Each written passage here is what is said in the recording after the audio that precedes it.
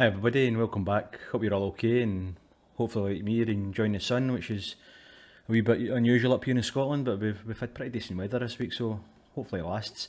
But anyway, this is just a quick video and it's all about the new graphics card I've picked up, which is the Gigabyte 3070 Ti, and this is the Vision version of it, which is a white graphics card. And the reason I went for white is because it's my case is white, and I'm hoping to later on at some stage get a motherboard that's got some white accents to it as well. Nothing much of great detail in this video, just a quick video of me installing it in the case, taking the old one out, which is the RTX 2070 Super. And I ran a couple of benchmarks, including 3D Mark, but one of the benchmarks in particular, the results are a bit odd. Can't quite figure out why it's ended up this way. So hopefully when you watch the video, you'll see the benchmark that I'm talking about, and maybe some of you guys will have an answer for me why it's the way it is. I was expecting a big difference in some of the results. All of them have got that, but one in particular doesn't. So yeah, have a watch and see what you think, and you can let me know. Enjoy.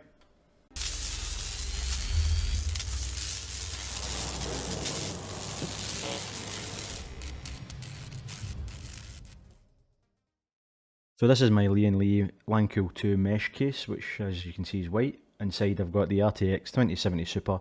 It's propped up with it by a 3D printed logo that I made. I'm actually going to be taking this card out and giving it to my son as part of a wee upgrade for his PC. I'll put another video up for that later on. Now what I'll show you is a quick unboxing of the new graphics card. As I mentioned at the start, this is the Gigabyte RTX 3070 Ti Vision.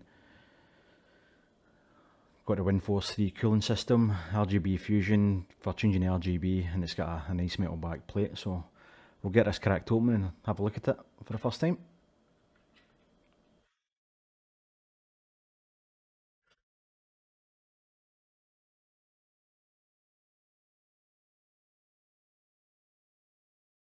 Just an instruction booklet, quick guide. Got to be honest with you, I don't think I ever read these things, but it'll be handy for people who've maybe installing graphics cards and stuff for the first time.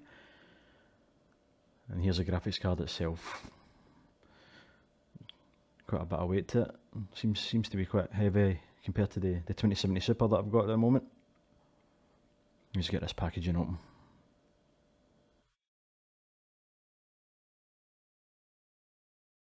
No turning back now once this is ripped.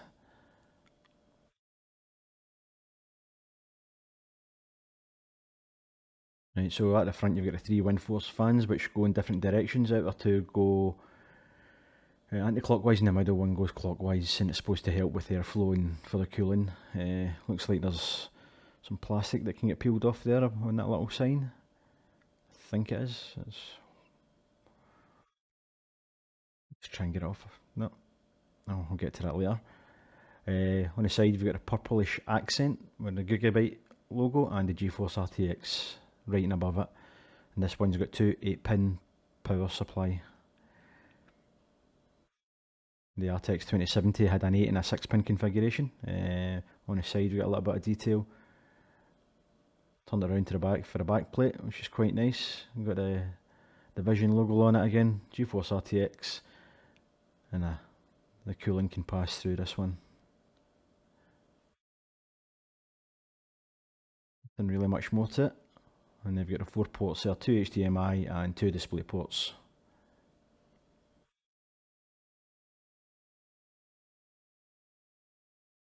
Right, this little sticker thing's annoying me. It's got to surely be able to come off. Come on. Yeah, there we go. And under that, broaden your horizon. As you can see, it's quite a nice graphics card. I'll look you apart in the case. Very subtle vision writing as well on the fans. So I've moved the PC onto the table in here at the moment. It makes things a wee bit easier for removing the old graphics card. Just get the case opened up, remove the side panel, and I can start disconnecting things.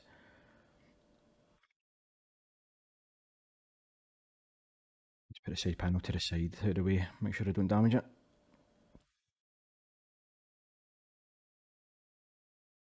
First thing I'll do is I'll disconnect the power cables. As I mentioned earlier on, the old 2070 Super had an 8 and a 6 pin configuration. And I'll just put a little 3D logo thing that I've used as an anti-sag bracket to the side. Got 2 thumb screws here that's holding the card into the case. I'm going to need a screwdriver to take this off.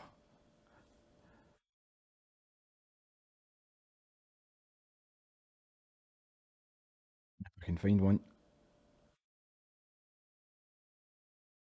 Here we go. Got one more cable that's plugged into the back. I already disconnected the monitors, but the other cable at the back is actually the cable that comes from the sensor panel that I've got into the side of this case. A little mod that I done a few months back. The HDMI cable from that feeds through the inside of the case and out the back and plugs into a graphics card. So we'll just get these some screws out.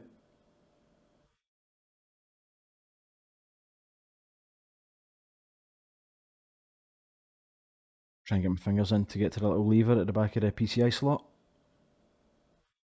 which is proving a wee bit harder than I thought.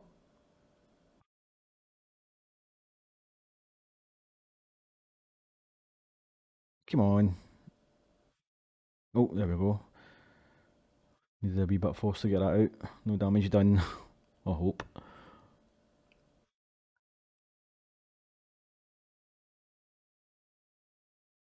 And that's it, all good to go. Just need to get the new graphics card and we'll get that added in. Before we put the new graphics card in, I thought I would just do a side-by-side comparison, the size difference of the 2070 Super and the 2070 Super, yeah, I got that there, and the 3070 Ti. So, as you can see, there's an extra bit of length on the 3070 Ti, maybe about an inch longer, but I would say they're roughly the same thickness as well, which is quite good. Doesn't take up too much extra space in the case. But I've got to say, I do like the look of the Vision, just looks nice and clean. And that's it, ready to go in. So here's the Psu Extension Kit from LinkUp that I've got, currently in an 8x8 configuration. Had this, as I said earlier before, as a 6 and 8 configuration, but just connect that back in to make it back to an 8x8. Just need to grab the graphics card and I'll get that slotted in. Oh, it helps if I take the little protective guard off. That'd be a stupid thing to do, try to push that in. Okay, just push this in until we get a click. There we go. And grab the thumb screws and just screw that back into the case.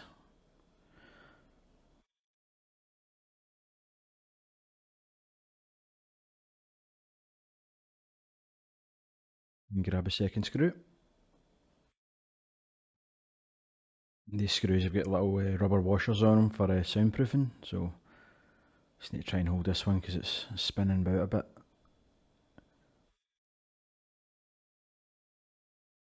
There we go. I've got my little 3D printed logo again. I'll use that as an anti-sag bracket again. Actually looks like it's pushing it up a wee bit too much. I'll have a think about that later, maybe just take that out. We'll see how it looks when it's up on the desk. Just push these cables back in until they click. 1, 2, that's it. Keep everything nice and neat and tidy inside.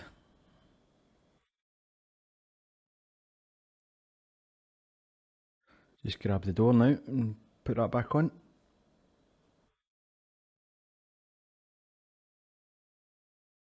Just making sure it's not covered in fingerprints on the inside before I put it on.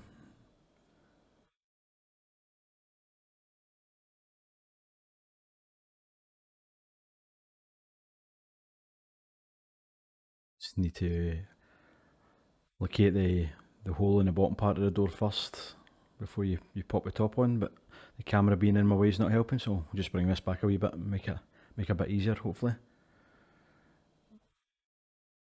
It's actually not making it easier because I'm having to stretch further. That was a bit stupid. Come on, in you go. There we go. Just close this door, tuck the cables out of the way. That's it, set it up on the desk now, and get it up and running. And that's a new graphics card all plugged in. The actual sag in this wasn't as much as the 2070 for some reason, so I've managed to keep my little logo thing out, but yeah, it's looking the part. Goes with my white setup, and now I'll show you the benchmarks and you guys can see what you think.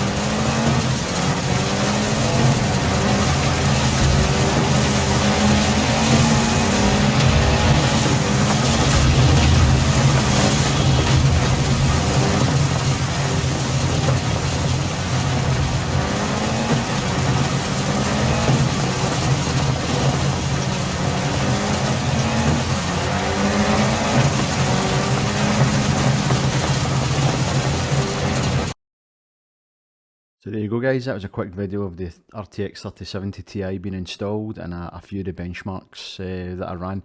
Now I could have done a lot more benchmarks, but to be honest I actually need to learn how to do all those properly. So the ones that I actually used are inbuilt benchmarks in games that I've actually got at the moment.